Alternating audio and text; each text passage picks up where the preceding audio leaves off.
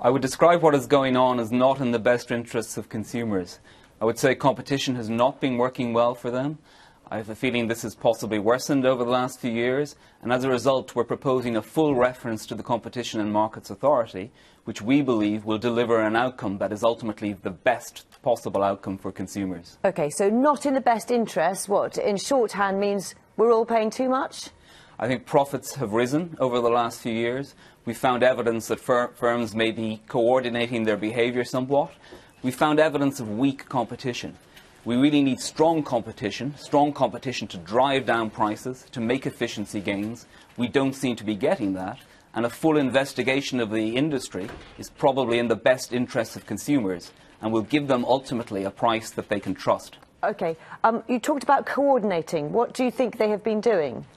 I think the scale of price announcements is around, they coordinate in the sense that price announcements are around the same time, they're around the same magnitude. And I think this is troubling. But I think also the consumer trust has diminished in the industry. Trust has fallen, complaints are up, and it's really time to rebuild consumer confidence in the industry. The industry needs to recognise that it can only function effectively if indeed consumers trust it.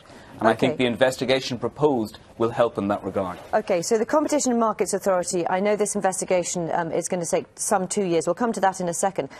People will be concerned. You mentioned the word coordination. Coordination and collusion are close, aren't they?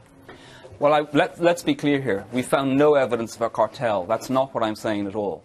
I'm just saying that there's weak competition, that we don't see that single disruptive market entrant that comes in, that breaks down barriers and that drops prices. That's not what we're seeing. That would be in the best interest of consumers, and as a result a full investigation of the industry is merited.